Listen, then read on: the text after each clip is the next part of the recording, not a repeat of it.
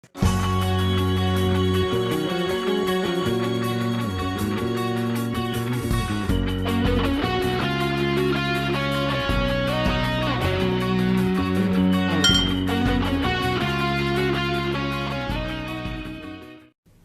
up, YouTube? It's Heretic here, and I'm back with my first XY7 Ancient Origins deck profile. And of the 3 decks that I tested, the one I liked most was Vespiquen, so that's the one I'm going to profile for you guys right now. I have changed a few cards since the match with Daniel Altavilla. I do apologize for the cross-format match, but I guess that was just what we had at the time. I didn't feel the need to put the same deck on stream twice, so alas, we just played Rayquaza against it because most of those cards are going to stay in format. So anyway, we're going to take a look at this. And basically this is a lot like Flareon from Plasma Freeze and kind of how that stuff worked, just with a few new cards since a few things have rotated out. So we're going to start with a 4/4 Vespiquen line. Its second attack does exactly the same thing as Flareon's Vengeance for 2 colorless energies, 20 damage plus 10 more damage for each Pokemon in your discard pile. She also has the benefit of a free retreat, 90 HP instead of 100, which is actually beneficial because Level Ball returns to format with Ancient Origins, and also with the first attack for 1 colorless does 10 damage and draws your hand up to 6 cards, which kind of like Shaman in an attack, and I actually did have to use that once to get me out of a jam, so pretty nice little tactic there. So that is what we're looking at as far as our main attacker goes. Free retreat is definitely nice. Send her up to the active spot after something gets KO'd, and if you want to retreat, you can. Always a beneficial thing to have. Next we play 4 Energy Evolution Eevees, and that's because these new evolutions work so well with Vespiquen, it's kind of crazy. We got 2 Flareons, and what he does is, while he's in play, all of your Stage 1 Pokemon in play are treated as Fire type as well as their regular type, so it just basically lets you hit more things for weakness. And we have 1 Vaporeon. She does the same thing as Flareon, only makes your Stage 1's Water type.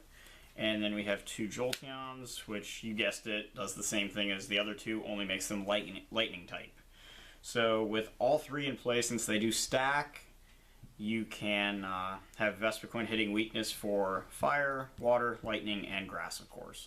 So you can hit weakness on both Primal, Kyogre, and Groudon, Mega Rayquaza, the colorless version at least, Landorus EX if you're playing Expanded, or any Fire types that might become popular, Mega Sceptile, and any metal types because of Flareon.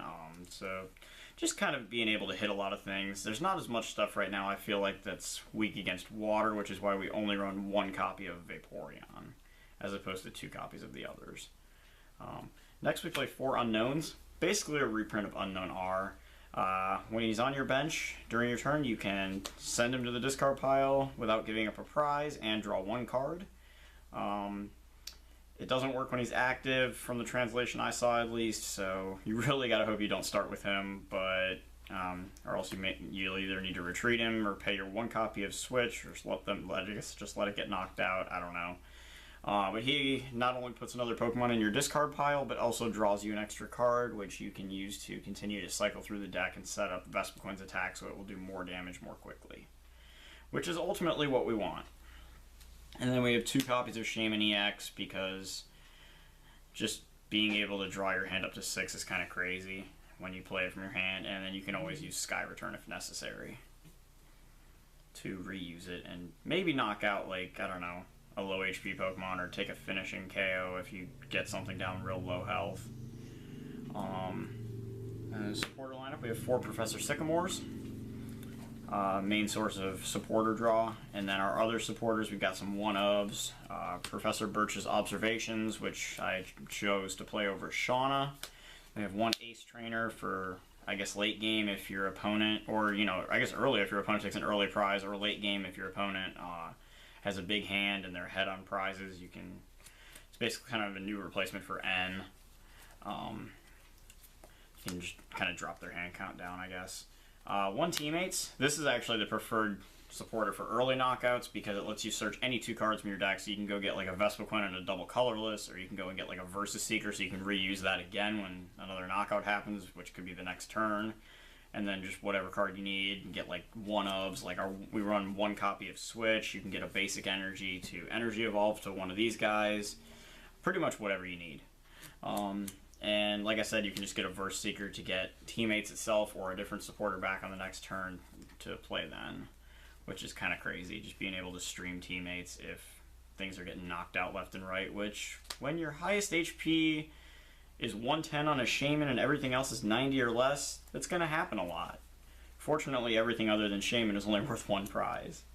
We also play 1 Hex Maniac, and that is primarily because this deck is insanely weak against the Crobat line. Having low HP, bats will just eat this thing alive, so you gotta have some out to that. It also shuts down Vileplume for a turn, which is kind of nice. Among some other things, just being able to take away abilities for a turn is a pretty cool way to play a supporter, and you know, kind of tech it in. You would lose your abilities all across the board, which everything in your deck has except for the Vespiquen line, but once you're set up, you know, as long as you don't need to use one of the evolutions to hit for weakness with like that, you can just pretty much play that if you want to deny like a Shaman or something too. You can use it first turn if you go first to prevent your opponent from playing Shamans right away. That can be kind of good, and then you can just get Vespiquen out. Since we don't exactly have room for Broken Vine Space, aka Forest of Giant Plants, in here. And then we play 1 Lysander because it's Lysander and you pretty much have to. And it's nice to be able to control what you can KO. Also potentially taking an EX, cherry picking like say a Shaman or something for the last 2 prizes is always pretty good, or just anything you can hit for weakness. Onto the item cards. 4 Versus Seekers right off the bat. That's not changing at all. If anything, that's even more prominent now that we don't have as many good draw supporters in XY on. Birch and Shauna are kind of like, along with Ace Trainer, are kind of like the next tier after Professor Sycamore, since we lost both N and Colress. So I just feel I'm more content with just running Reach cards and playing stuff like Versus Seeker to be able to recycle Professor Sycamore. And of course, Teammates is just really crazy in decks like this. We also play 4 Battle Compressors, drop Pokemon for Vespiquen's attack. You can drop supporters to use Versus Seeker with, or just anything that might be dead weight in your given matchup. Whatever match you're playing, all seems pretty good. If you decide you want to run like a Revive or something in here, which is kind of an interesting idea, I guess, like, you could try that and you could like compress a Pokemon and revive it. I personally don't see a reason to do that right now, but you know, who knows? Stuff happens, stuff comes out, cards change, new sets and all that, and will definitely change the look of these kind of decks. 3 Level Ball, and we actually play that as a 3-3 split with Ultra Ball. It might seem like 4 Level Ball is the way to go, however, I really do like to be able to search out Shaman, and even if it's something else we're searching out, which everything other than Shaman in this deck is Level Ball target as far as the Pokemon go, but if you have a Shaman in hand and maybe discard some cards so you can draw more off Shaman, also helps you discard some Pokemon that you might have in hand that you don't need to play, some unnecessary evolutions that you might not need for said match, or just anything else to get your hand count down lower for a bigger draw off of Shaman's ability. That's usually pretty beneficial there. But of course we still play 3 Level Ball because it is a discard free option. You can just drop right out of your hand and search any Pokemon in the deck except for Shaman. So I feel like a 3-3 split after some extensive playtesting, leaning 4-2 in each direction and deciding, you know, that just really I just kind of like having them even. I feel like that's probably the best way to go as of right now, at least from my limited pool of testing, since I'm mainly testing for Worlds right now.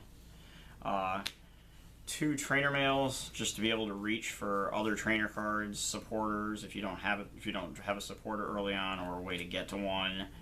Also just, you know, getting like compressors, VS Seekers, Ultra Ball for a Shaman maybe to get you potentially a supporter, draw more stuff, just kind of things like that.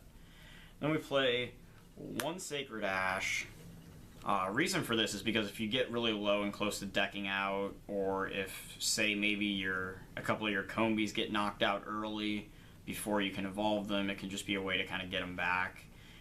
This is a bit of a skill play when you figure that the Pokemon in your discard pile and how many of them are there does figure directly into how much damage you'll be dealing. But I still feel like it's good to have it just in case. I mean, we don't have Trump card obviously since the ban, so just kind of an extra little safety net there that you can use to get some Combies and Vespiquens back to set up more attackers. Then we do play 1 copy of Switch in case something like Shaman or Unknown or one of the evolutions that doesn't have free retreat or something gets stuck in the active spot. Again, just kind of a nice way to get out of stuff like that. Can also get out of status cons like sleep and paralysis. And, you know, just, I guess, enable us to move anything that doesn't have free retreat back to the bench without having to burn our very valuable energy attachment, since we don't play too much energy in this deck. Lastly, 3 muscle bands before we get to the energy, and that's just to boost up Vespiquen's damage even higher. I mean, we can hit 4 types or we can hit weakness with 4 different types. However, that's not all the types in the game, not even close. So there are still going to be times when we need to jack that damage up even higher. Plus early game, when you don't have as much in the discard pile, it can be helpful just to be able to add that extra 20 damage that could easily be the difference at any time between a knockout and something surviving and taking another prize. And then finally we play 4 double colorless energies because they're pretty good. And yeah, they power up all of our attacks except for Flareon, Jolteon, and Vaporeon, who, let's face it, as well as Combi's attack, yeah, whatever. Which, let's face it, none of those attacks are likely to be used, although I guess we could use all of Mix Up Combi because our basic energy split is 1 lightning, 1 water, and 1 fire. But that's more just so we can use energy evolution if needed. However, we don't have ways to search those. I don't have room for a prof letter or anything right now, so it's just kind of like you get an energy if you want to energy evolve. Most of the time I've found out you're probably better just doing 2 basic energies on a Vespiquen or something just to attack with it. In case you prize like a double colorless, or if you lose one early, if you have to Sycamore one away. Just kind of a little thing like that. That's the deck anyway. It's pretty straightforward, just kind of drop a bunch of Pokemon in the discard pile, get your Vespiquen set up, and hit for a ton of damage. If you can benefit from the Eevee evolutions hitting for weakness with one of those 3 types, by all means do so. And, you know, just draw all your prizes quickly. Just like in pretty much any other deck except for Wailord. That's pretty much what we got right now. It's a very straightforward deck. Pretty simple for the most part. And hopefully I'll be able to get some more Ancient Origins deck profiles on here soon, as well as some pack openings from the pre-release next weekend. So I'll see you guys then, hopefully, and I hope to see as many of you as possible at the World Championships at the end of August. Until next time, cheers!